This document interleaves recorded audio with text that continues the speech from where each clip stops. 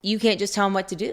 Now you have to start forming like a relationship with them where you teach them specifically how and why we do what we do in life. Yeah. And so that takes more work. Yeah, you got to learn things like effective discipline. In conversations and standards and expectations.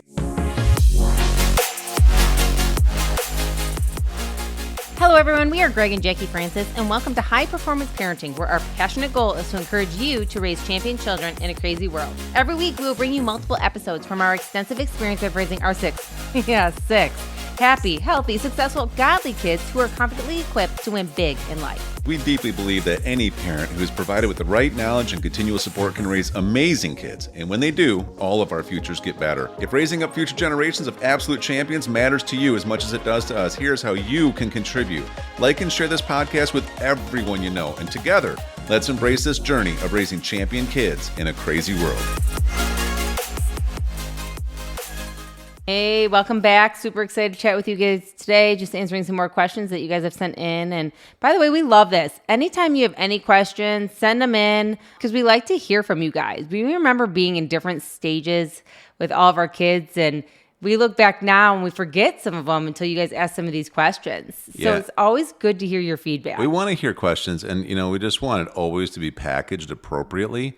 You got to realize Jacquie and I aren't doing this podcast to try to tell everybody else in the world how to parent. We're doing this podcast because we've been asked so many times about the success in our family of how we do parent. So we're just telling you how we do things. You guys can put a filter on it. You guys can be entertained by it. You guys can apply some of it, all of it, whatever you want. I don't want to get into like a weird thing where it's like somebody starts thinking we're just trying to tell everybody how to be the perfect parents, because we're not perfect parents.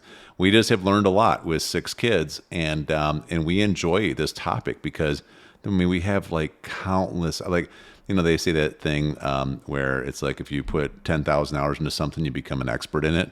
I think we have that much into it now. Maybe. Between all this stuff we've read and listened to and conversations weekly and, 6 kids later, and it's just such a big part of our life. So right, I think it's one of those things that we just look back and it's like, had we been able to ask some questions from somebody that looked like they at least had some stuff figured out, not everything, just some stuff figured out, and we felt like they were just going to just tell us how it was, we would feel better, we would feel more confident, and we would, I don't know, just feel like we're not the only ones. And I just want to let you know you're not. So anyway, so let's move on with a couple more questions. One of them is, what's the biggest lesson you've learned as a parent, and does it get any easier as the years go by? Ooh, wow. That's kind of hard to narrow down to one. I think, though, probably for me personally, the thing that grounds me the most, that gets me back on track, that gets me it allows me to filter decision making through it when things are unclear, is that they're not our kids. That's, for me, that's the biggest one. It's like that realization that these are God's kids. They're not just our kids, right? And we're gifted. Like they're a gift, but also a responsibility that God has given us in this season. And when you embrace that responsibility, knowing that you are now the steward of God's kids and you're going to do your best partnered with him. When you really do your best, I really do believe God takes over from there. And then all of the reward and the joy that comes from that and the peace that comes from doing it that way is huge, right? So. And how about this? Over the years, does parenting get easier? The second part of that question. I don't think so. It's unique because just like many people out there, maybe you have kids that are, say, 7 or 8 and under. And when we had kids 7 or 8 and under, I remember thinking, geez, this is such a different season with 8-year-olds than it was when they were 3-year-olds, And now we have 13-year-olds, and we're thinking, wow, this is such a different, unique season. When the stuff pops up on a news feed, and it's like memories from 5 years ago. And I look at our twins, who are 13-year-old freshmen right now. Bella's literally like an inch or 2 taller than you at this point. No, she's not. We already took a picture of that. I just sent you a picture. Yeah, we have proof. No, we don't. She wears a half a size shoe bigger than you, I think, or something like that, right? Oh. And she wears all your clothes. And I'm like, but 5 years ago, that's such a difference in how a kid grows. like they literally look like it's been like 10 years, not 5 years. And so there's all these dynamics. Is it easier? I just think you have to really be working hard for the season you're in. In other words, one thing I give you and I a lot of kudos about is that, when our kids were really little and they're babies, like we dug in and like, all right, what's the best way to raise babies, And then it was, okay, well, now they're becoming toddlers, and what's the best way to raise toddlers, and studying those kind of topics. And then when they became, when they're 7, 8, 9, 10 years old, okay, now there's a lot of things changing, and we would study that season a lot. And now they're teenagers. What's the best way to really be there for teenagers and raise teenagers and that whole balance, right? Because the reality is it's always this like teeter-totter where between like discipline and relationship, it's if you're too heavy on the discipline side and there's no relationship, then I think your kids are probably going to rebel, possibly even later on become very legalistic, kind of because that's what you kind of raise them as.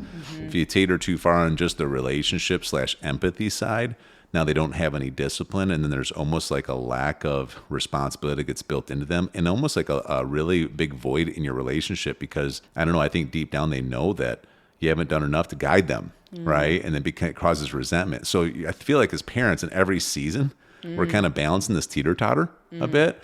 And I think some seasons need one area a little bit higher than the other, right? And we'll have another podcast talking about that. But yeah, I think I don't really think it's gotten easier, but I also don't think it's gotten harder. What do you think? Well, yeah, I mean, like, if specifically the second half of this, over the years, does parenting get easier? I mean, I think certain aspects of it gets easier and some of it never will. And what I mean by that is like, when they were really little and I just brought them home and there's so much going on. I mean, it's overwhelming. Here I am, a new mom, never done this before, healing myself through having children, even physically, emotionally, all that, changing everything about my life after having children. I mean, everyone tries to prep you ahead of time, and there's really no preparation until you have them. But everything changes. Absolutely everything changes in your life. Yeah. So kind of, doing all that and then having these littles that rely on you for every little thing from, changing diapers all the way to feeding, all the way to, taking care of them emotionally and physically. It's a lot. It's a lot at the beginning. And so I think that's kind of a harder time. So it has its own level of hard. Yes. Right. It's really hard at first with so many joys mixed in though. Right. I mean, never in a million years would I say, don't do the hard because it's not worth it. I would say, oh my gosh, the hard is so like not even a concern when you enjoy the happiness. Yeah. You know what I mean? You don't even think about it, right? Yeah. So I think that's it. And then as they get older, it gets easier in that aspect where like they can help you with all that. They can feed themselves. They can clothe themselves. Yeah. They can, get themselves ready for stuff, which that's the easy now. You don't have a diaper factory going on in your But now house. what gets harder is you can't just tell them what to do. Now you have to start forming like a relationship with them where you teach them specifically how and why we do what we do in life. Yeah. And so that takes more work. Yeah, you got to learn things like effective discipline. In conversations and standards and expectations. And so that's harder now. So now that it outweighs it that way. And then as they are growing, they're asking more questions and you got to get sharper. So that takes more work. Yeah, now they're like 8, 9, 10 years old and they're watching everything you do. And well, not just watching, listening, hearing you. And so now it's no longer because I said so. Right. I mean, now it's, well, let me sit down and explain to you. Yeah. This is why we don't do certain stuff. This is why you do certain stuff. Right. And learning how to influence them, learning how to lead, learning how to encourage that's effective. Which is so much different than just saying, go to your room. Yeah. And so now we're in a phase where it's like we have young adults, young humans almost, that I'm prepping them to go out into the world. Yeah. And so and it's a balance of, letting them have some responsibility now, getting them a little bit longer leash, right? But also still being there and learning the dynamics of what that season even looks like, right? Well, yeah, and it's like now, and the season we're now, when they make a mistake or they do something that's not responsible, the mess we have to clean up now is so much different than, oh no, you spilt your juice all over the floor. Right. You know, the juice one is super simple. Grab a mop, let's clean this up. But the ones today we're dealing with, there's emotion involved. Yeah. There's long-term thinking involved. There's other people involved. Yeah. It affects not only the person you hurt or what you did, but all of us. And it's like, so I don't think it gets easier per se. I just think it gets to a point where it's like you really need to realize that all of this is a season. All of this is a gift. And that you need to embrace each season of it, seeing it as a gift. Not thinking that someday I'll be off the hook and won't have to do this anymore. More of a season that with each season, I get to play a new role that will help shape my child to go out there and make such an impact I never knew they could. Yeah, it's such a unique thing because, happiness we have found really does stem from progress/growth. But the only way you ever grow is by doing things forcing yourself to do things that are uncomfortable. It's so funny. It's like God made us to have a level of fear of things. So, and we tend to just want to stick to comfort because it's less scary, right? Yeah. But everything that you actually want is growth, and growth is on the other side of having to intentionally face into fears, learn, grow, and change things that you don't currently know. Sure. Make the mistakes, but then get up and move forward. And that's like the parenting journey, right? And I think that's why, like, when I think about even what's the biggest lesson that I've learned, I mean, I look at now, I mean, when I had the twins, that was 13 years ago. I fast forward and now, we have, a gap between our 13-year-old and our 14-year-old, right? And some of the things that I stressed about, I mean, you hear about this from all the moms, but when you're a new mom, don't let them have the pacifier too long. You know what I mean? Don't let them, whatever, sleep with. Don't let them sleep in your bed. Yeah, don't let them sleep in your bed. Or don't, all these things you hear, the don'ts, and you kind of start following them at first, right? Like blindly, not really even understanding them, right? And I think my lesson along the journey now as I look back is just like, pick your battles with your kids. Yeah. You know what I mean? Like have your standards. There's standards across the board. But some things just aren't, like if it doesn't bother you and you don't see it as a problem for your household, and I don't mean discipline and I don't mean that kind of stuff. But like when I'm thinking of things like you okay over there? Yeah. Greg fell off his chair. I almost just fell down. I don't know why. Was it something I said? Yeah, maybe. Yeah. Like when I think about something, for instance, and my example is, our sixth child has held on to her pacifier longer than any other kid. You know what I mean? And everybody would say her teeth. You mean the ones that are going to fall out? Like those teeth? You want me to work, like something like that has never and at first you kind of think about it. Oh, they won't talk. Right. Or they won't communicate with you. Or what if they have their tongue isn't in the right placement and all that kind of stuff. And I'm like. And with our twins, we heard all that and we were freaked out about it, right? So. And then now I'm like, she has no problem talking. Her teeth look great. You know what I mean? Blah, blah, blah. She only used it when she lays down. Right. And so I just think to myself, those kind of things, it's like, I don't know. You know what I mean? Those aren't going to stress me out. But you know what? If she's disrespectful, if she doesn't follow our standards, if she's, rude, if she doesn't love God, if she's not, participating in she's too fearful. Yes. No, those we're going to have some discussions about. That's right.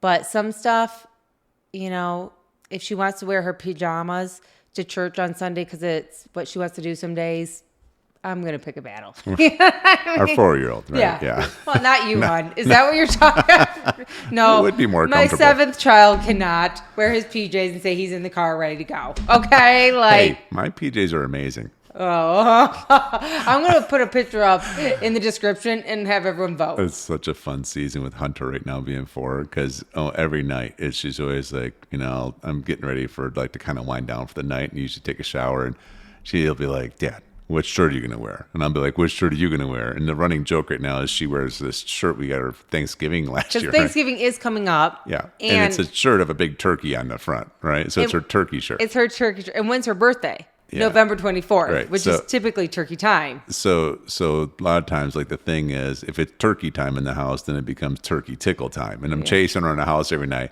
But then when I wear that, the new thing is she wants me to wear. It's we were just at Mount Rushmore this year on the way over to Boise, and she calls it her Mount Rushmore shirt.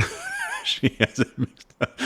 Or my Mount Rushmore shirt. She's like, Dad, I'll wear my turkey shirt, but will you wear your Mount Rushmore I shirt? think you're saying it like her now. I know, it's hard. She's messed me up, but she's so dang cute. I don't even care. So you both are going to wear your Mount Rushmore what I'm shirts saying, to Sunday That's church pretty much service? pajamas, because I pretty much wear it pretty much every day. Every day.